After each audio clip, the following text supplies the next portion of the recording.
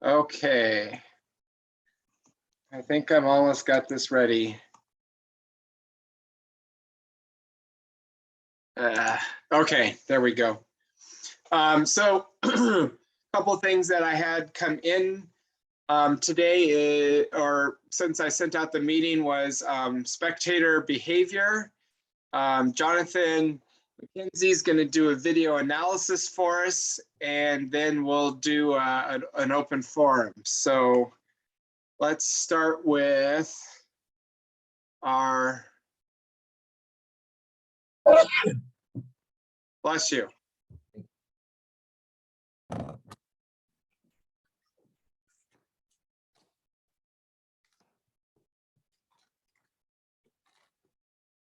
We can't hear it, Richard. I can hear it just fine. It's something with Zoom and audio sharing. So, Wayne, can you remind me how I do the setup so that the audio comes through? Or do you? Dan picked up the poop today. Oh, I think I got it. Warning. Can you hear it now? Thank you. Guys, I will clear the entire sideline because I'm not picking one over the other, and I will send you all home, and they will enjoy the match without you. No more. Now you know why we don't have referees out here, okay? Because y'all get on us and get on the kids and get on each other. Hush your mouths, enjoy the game. Last warning. Thank you. Okay. So is that how we're supposed to handle spectator behavior? Technically, no, but it's a way.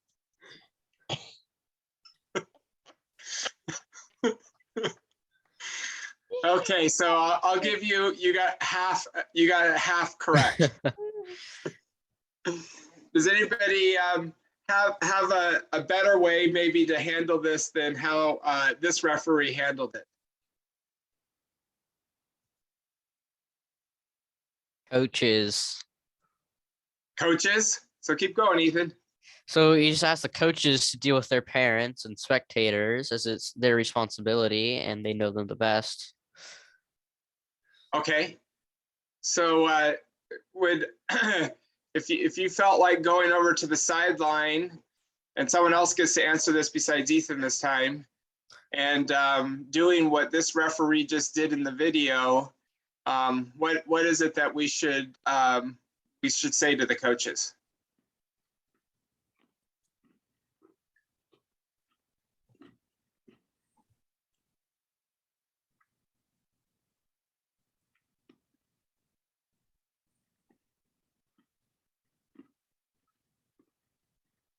Nobody has anything?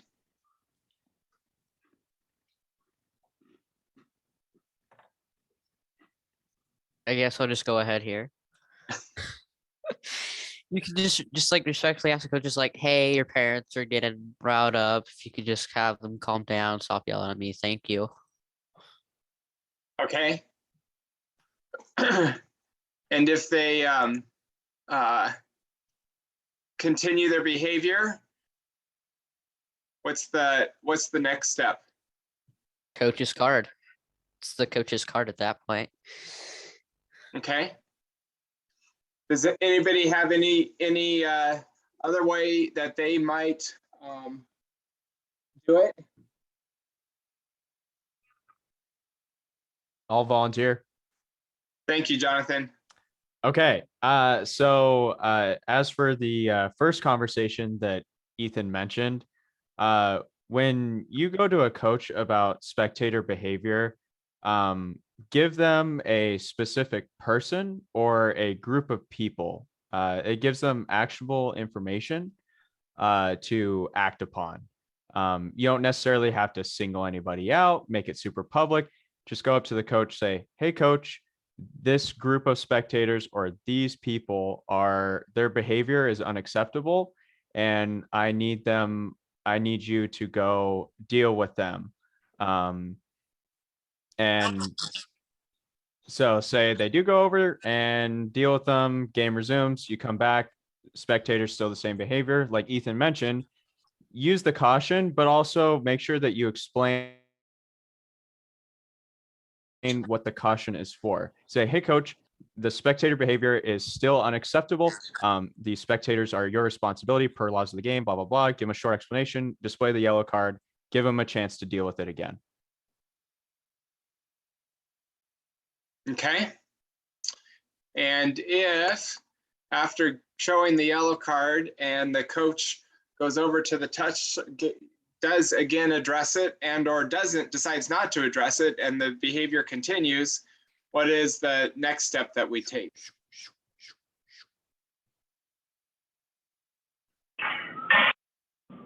You ask the refs to leave the field. If there's a fence, ask them to get behind the fence or away from the field.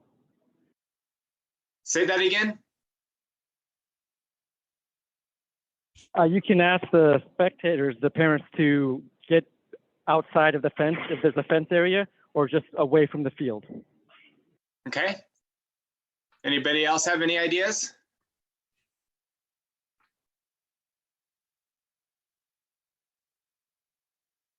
Bye-bye, coach. I don't know. One of Yeah, the easiest ones. So by saying bye-bye, coach, what are you going to do, Colin? Second caution, technically. And then you might say, coach, get your assistant coach ready to go because behavior isn't improving on the sideline. All right, coach, you got 30 seconds. I'll make it quick. Yeah, at that point, if they haven't taken care of the problem, we've given them the caution, then we've got to give them the second caution and send them off. You could also have them remove the parents as well. If you guys want to suggest to them to remove the parents, I think that's great.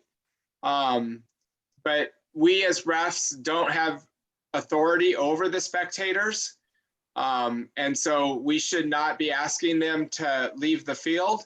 That's really the coach's responsibility. One day, Richard, one day. They'll add it in one day. We just what have to happens if they- bombard IFAB here. So what happens if they say that's not my parents?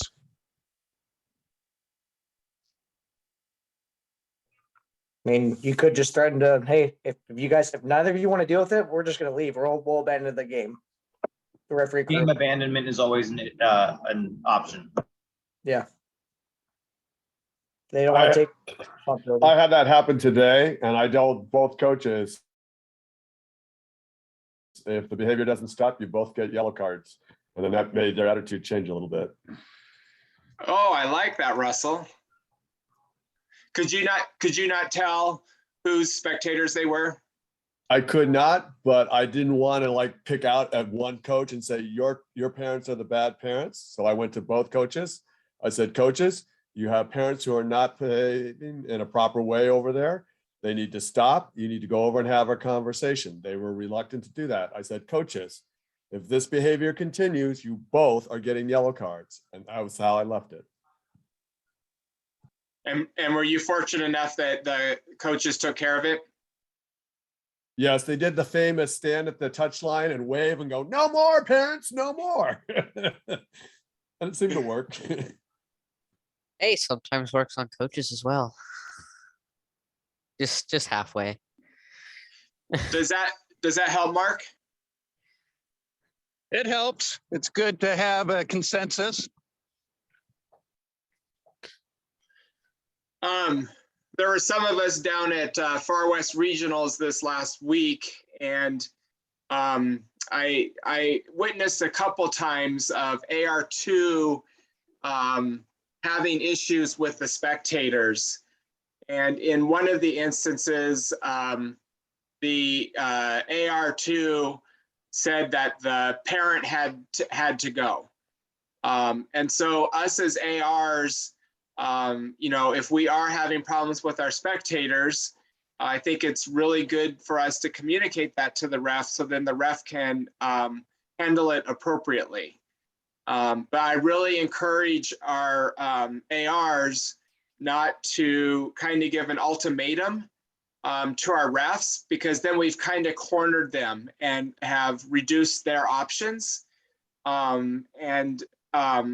Dealing with this type of behavior, as we all know, can be complex and difficult. And so as ARs, we're there to assist, not insist. And so hopefully none of us will insist that spectators are removed, and really follow the appropriate by letting the center ref know, so that the center ref can use the ask, tell, remove process. So with that, anybody have any, I know we've talked about this before, but anybody have any other questions, comments about spectator behavior, or any issues that you've encountered in the last couple months that you want to talk about? Yeah, Russell. So one of the things that they talked about at ECNL was, as soon as you start to hear some of this rumbling from the parent side, call both coaches over, tell them the behavior has to stop. Not just go to one coach or the other coach and try to, like, again, we don't want to, for, I don't know, a better word, embarrass the coaches and for their parents, but basically say, coaches, we have parent issues over there. It needs to stop. And I'm telling you both to deal with it, and not try to identify one parent or group of parents. It's just a blank statement. We have parents who are not behaving properly. It's irresponsible behavior. You're responsible for your parents, coaches. Please deal with it. Thank you. Great, thank you, Russell. So I guess this is Mark. I guess that's also just a good important to communicate with our ARs prior to the start of the match, is to communicate with our ARs as saying, if you are experiencing an issue, call me on over, and this is how to do it. Great point. Yeah, I never thought we'd have to go over spectator behavior in our pre-games, but maybe that's a component we might have to start to add. Richard, I got a couple points. Yeah, great, Wayne. That'd be fantastic. If you do have spectator misconduct and it's issues that you've brought to the attention of the coaches, and the coaches deal with it, that may be something you let your assigner know. And if you have to go to further steps, that may be something you want to go ahead and write a supplemental report on. So the tournament administrators or league administrators have a record of that, and you don't want that behavior for the next crew. So that'll help facilitate that. Yeah, that's an excellent point, Wayne, because I know that the disciplinary committees, when they get these reports about misconduct on the spectator side, and the coaches get cautioned, they are taking it seriously, and the club usually are being communicated with. So that really helps us to try to address the issue at the team and club level. Tim, did you have something you wanted to say? Yeah, so just share a couple things that have worked for me. Is if it's like the lone wolf kind of guy that's often standing by himself making comments, the coaches often don't want to go and have a confrontation. Somebody mentioned they'll yell from across the field, "Calm down, parents." So to save them and to address the situation, particularly that situation with one person easily identified, is to just walk over the coaches with them by your side, point at that guy, and he's going to see that you're pointing at him, and he's going to know you're the one that you're talking to the coach about. And just that sort of nonverbal message to that guy standing away across the field has worked 90% of the time. He's gotten the message, he's been identified, he's a problem, he stops. So that's one thing that's worked pretty well for me most of the time. If it's kind of like this group of parents thing, I'll listen to see, it's hard to see who's doing the talking. So I'll often listen to see when they're making their comments. So if I call a foul and they grumble about, that's not a foul, I know it's for that team I just called the foul on. And so then I know which coach to go to. And vice versa. If they think there's a foul and they're going, oh, come on, ref. Well, I've just identified who that team is, who the coach I need to go to is. Yep, perfect. I appreciate that, Tim. Any other questions, comments? Okay, perfect. We will move on. I see Bruce's hand up. Yeah, this is that learning that happen things, but I usually, I mean, not usually, well, some often do before the match, if I'm in AL2, last few days during ECFL as well.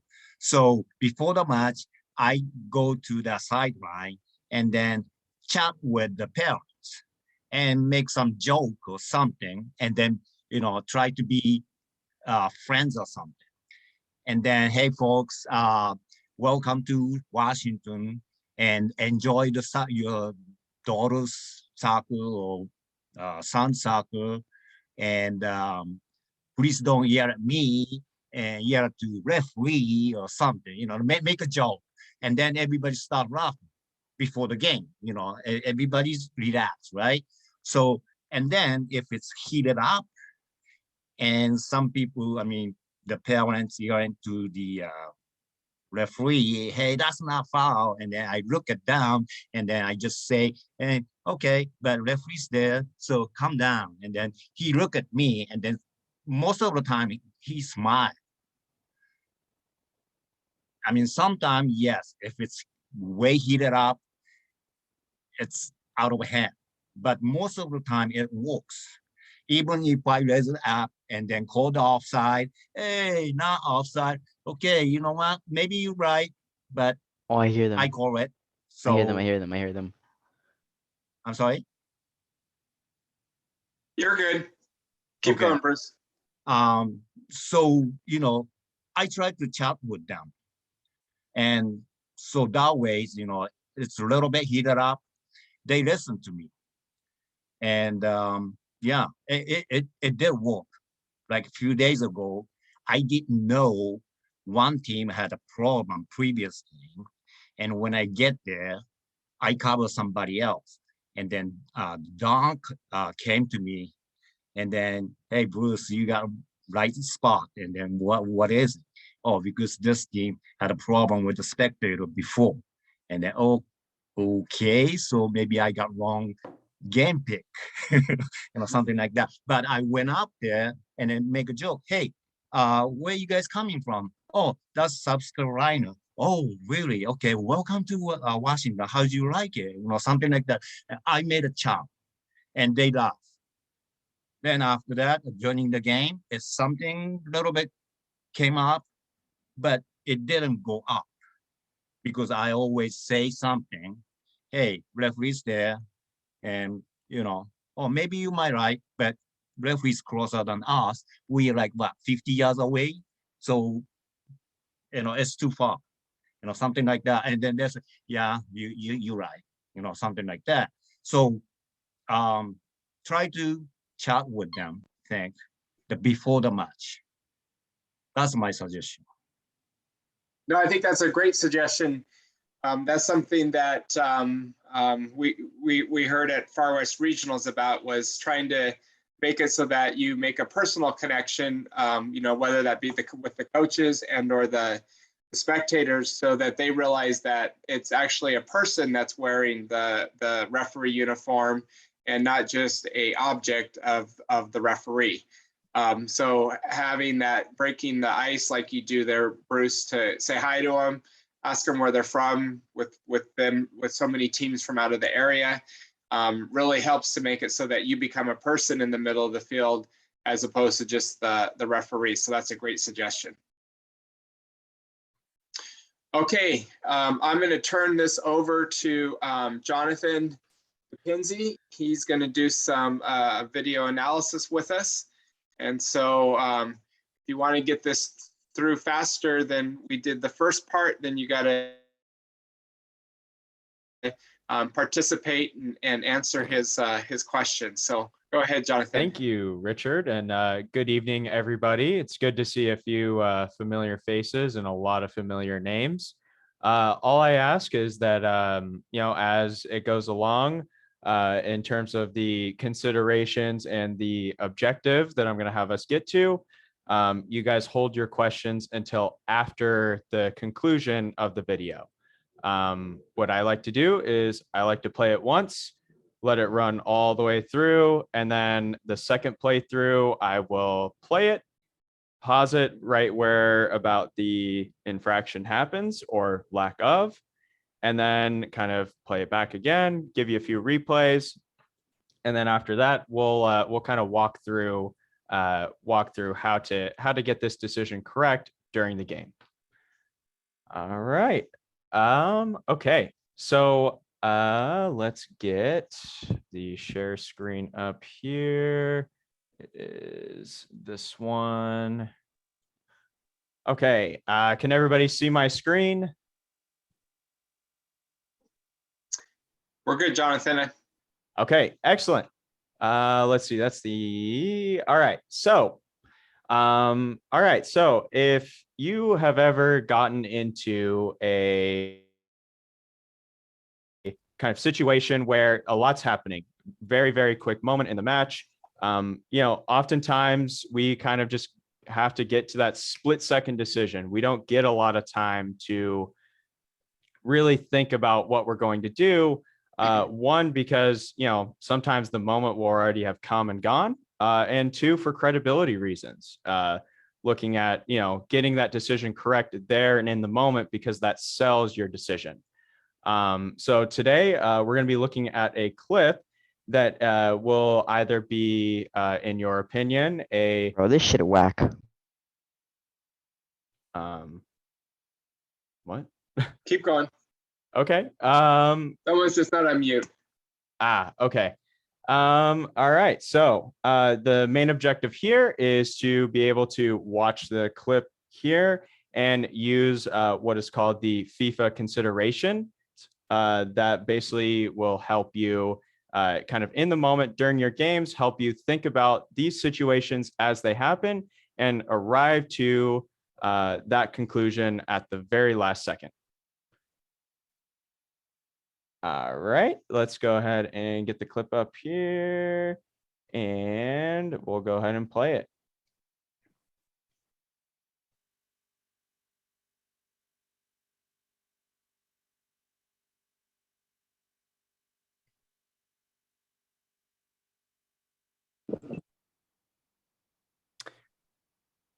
Okay, so let's play it one more time, but just from the kind of last few angles here. Now, I imagine since no one said anything, the video's coming through all clear, Richard? Yep. Excellent.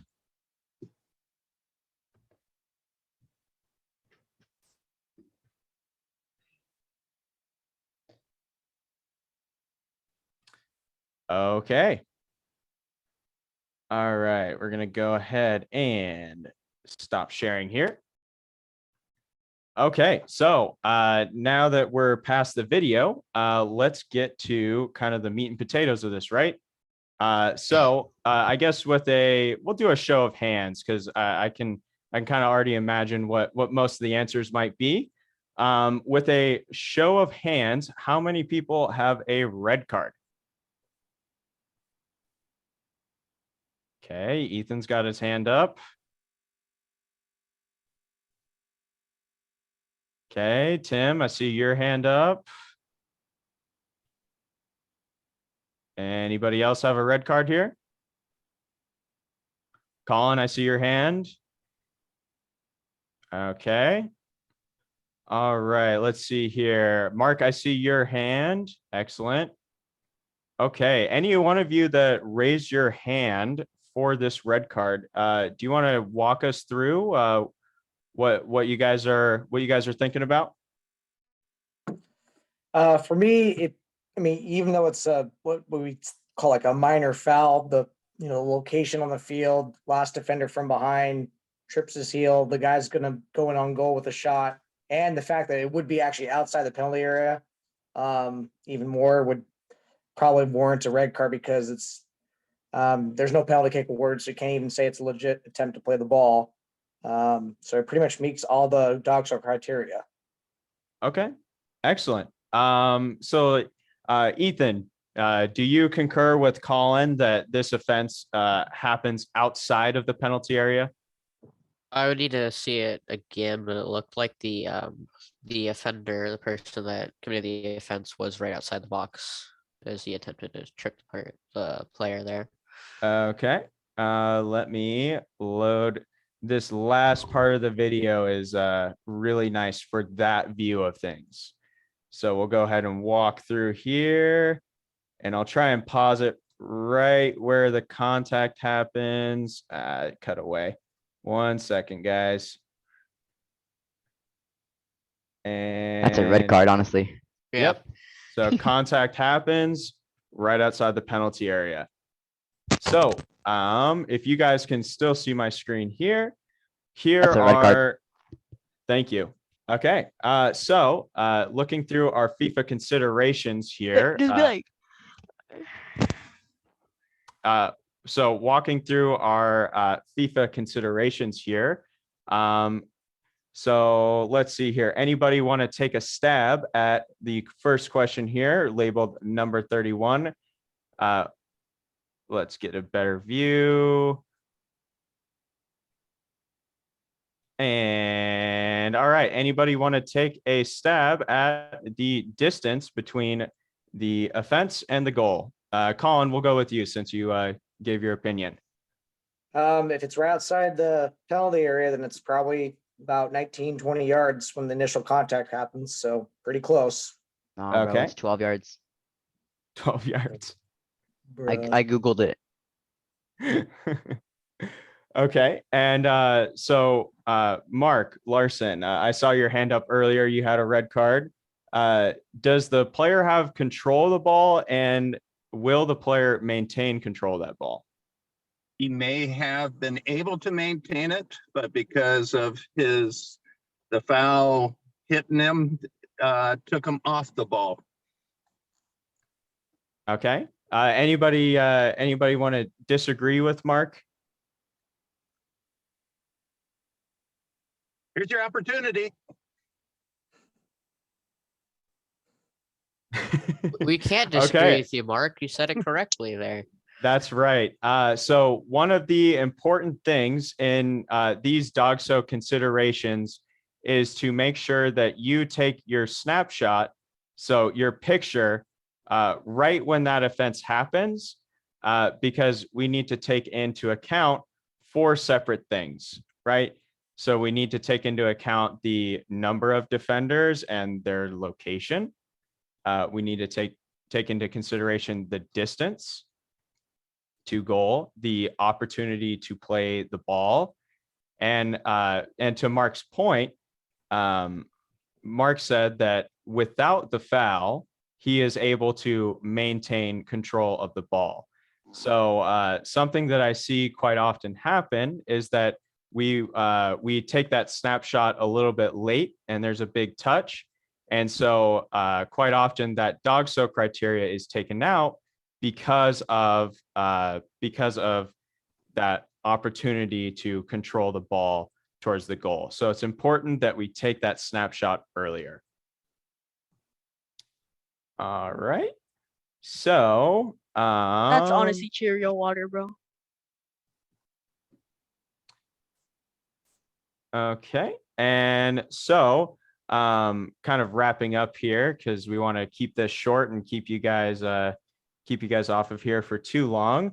Does anybody have any questions regarding the FIFA considerations for denying a goal or a goal scoring opportunity as it relates to the clip that we just watched right here?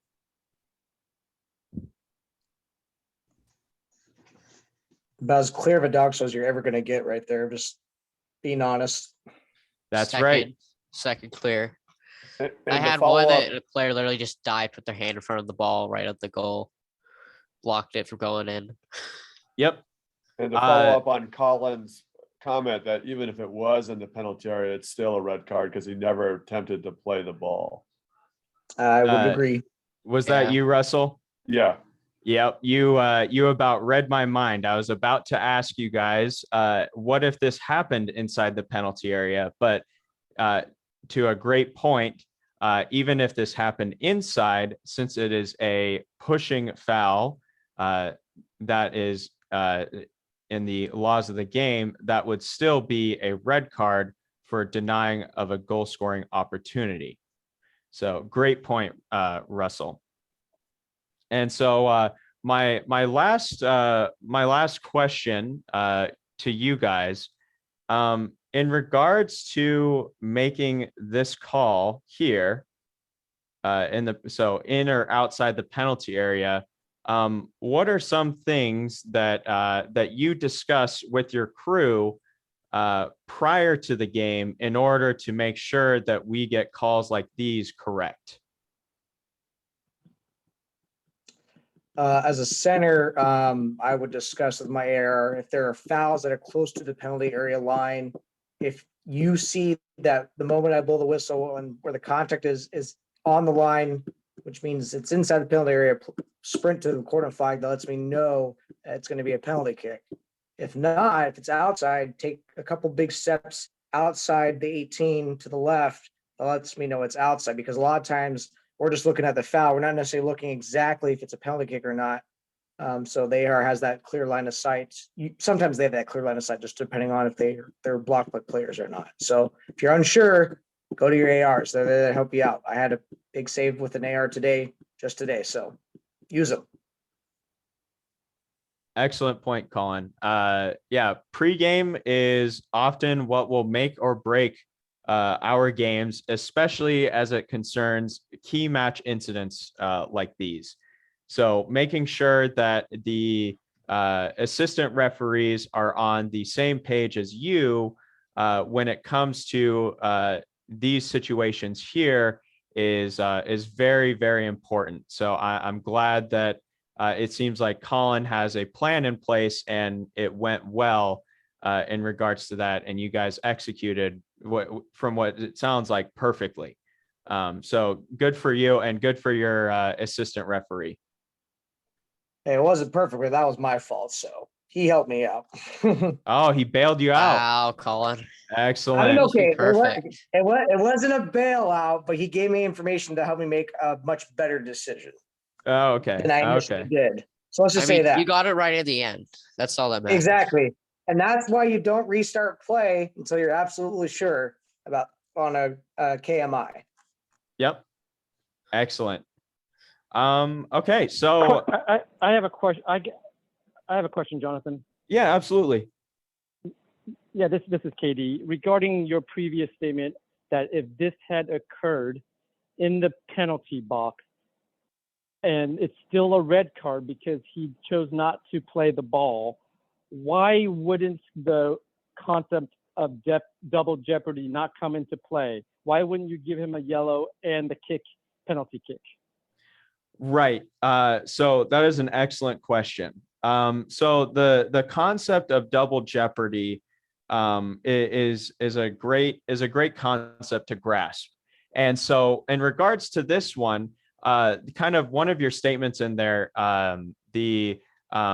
no opportunity to play the ball or not attempting to play the ball. An attempt to play the ball would be a foul like like tripping or clipping the heels or that or fouls of that nature, right? So the important thing here, and we established this a little bit earlier, that this was actually a pushing foul by the defender. I know this isn't the best angle, but you can almost certainly see that it is the right arm here that makes contact in the back. So taking into account that we earlier established this as a pushing foul, that would get you into the area of no opportunity or no attempt to play the ball. So double jeopardy would not apply here. So the red card for denial of an obvious goal scoring opportunity and a penalty kick would be applicable if this happened inside the penalty area. Does that help clear up the statement I made earlier? It offers some clarity. So if he was attempting to play and just tripped him from behind, then you would have given a yellow along with the PK, the kick from the mark, right? Correct. So what you're looking for here is you're looking for a tripping foul versus that push in the back. And so a nugget that I would offer is that in regards to referee positioning, you want to try and be in an area where you can see in between the players so that you can assess what the nature of the foul is. So in this instance, I would suggest being wider and to the left so that you can see in between, if you guys can follow my mouse cursor here, I know it's difficult, so that you can see in between the players and be able to see what the nature of that contact is. Thank you. You're welcome. Any other questions, guys? Jonathan, I would also maybe suggest that there could also be situations where someone just deliberately trips a guy from behind, knowing that he's not going to be able to make a slide tackle around the ball. That still could be a red card. So just because it's not necessarily pulling or pushing, it still has to be a legitimate attempt to play the ball, not like, I'm like lunging out, like say if this guy lunges out from behind and clips the guy. That's not a legitimate attempt to play the ball because there's no way he's going to reach that ball, especially from behind. I mean, if he wraps around, that's a different story. But slide tackle from behind is usually not going to be a legitimate attempt to play the ball, in my opinion. Right, and that's and that last part that you said Join the referee is one very again. They let important. me in again. Join the referee one. It's all the way at the top. It was fast. So anyways, the last point that you made was the most important one.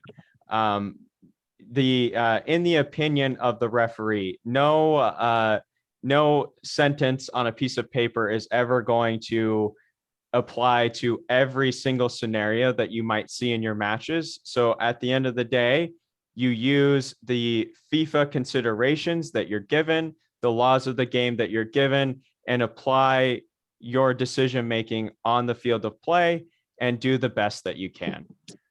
So to Colin's point, there are some scenarios where that can happen, but for the purposes of this video, since it's a push, it would just be the red card for Dogso. Great point though, Colin. I appreciate it. All right, I'll go ahead and let's see. David, did I see that you have a question? Do we know what was the call during that game? What was the referee's call in that video? So the referee's decision in that video was the final decision was a red card and a direct free kick outside the penalty area. And that was also reaffirmed by FIFA. That is what they are looking for in that scenario. And I assume he made that with assistance of VAR and didn't make that on the spot? I couldn't tell you. I do not have a full length clip or a full video clip, but I imagine that if that call were not made on the field, then with VAR, he would be able to make the correct decision afterwards. Yeah. Jonathan, just talking from the stadium, that looked like it was from the 2014, or it could have been either from the 2014 2018 World Cup. If it was the 2018 World Cup, then they did have VAR in Russia, but if it was 2014, they would have not. And also notice the time of the incident was 90+3 in the video title, so also kind of reaffirms the desperation from the player in red from behind. I'm guessing they were probably most likely down, or Yep. so. Let's see. Yeah. So, Scott, so to answer your question, the final decision by the referee, at least by the information that I have, was a direct free kick and a red card.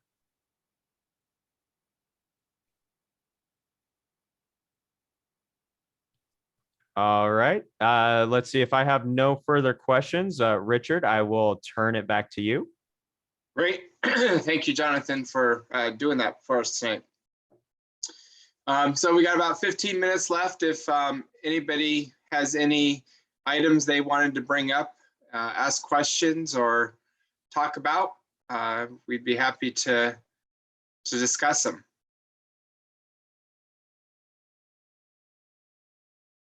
I'm sure people want to know, Richard, when's the next NSO tournament? Give us the deets. Give me 2 minutes. I'll get that to you, Colin. We just load up. Yeah, the website. it's the 8th through the 10th. Yeah. It's so the Seattle Cup at Starfire. There you go.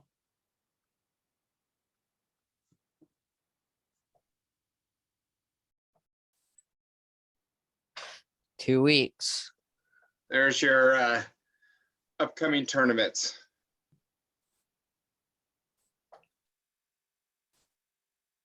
Okay, anything else?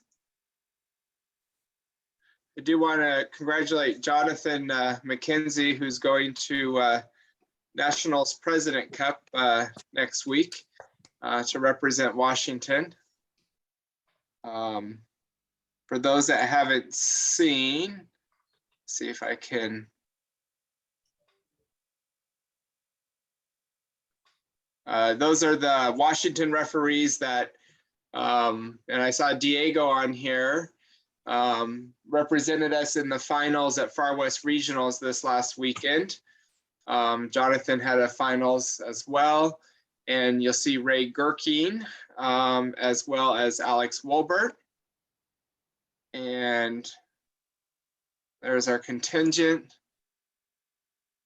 And then Grant Conkle, Ray and Jonathan will represent Washington at the Nationals President's Cup. And then Yannick, Adrian, Emily, Devin, and Alex will be at National Championship Cup. So I'd share that news.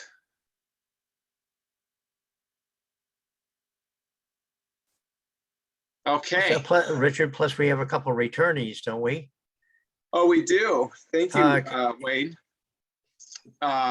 We have the both Cameron and Cody Zip and Helene are going back to National Championship Cup representing Washington.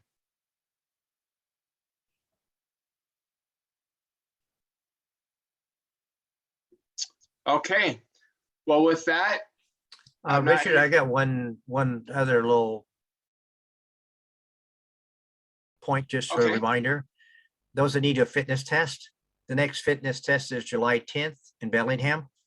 So if you need it, sign up for it on Washington website.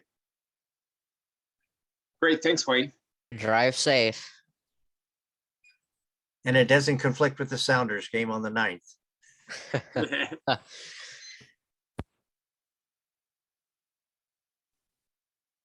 Okay, I appreciate everybody attending tonight, and we'll be back at this at the end of July.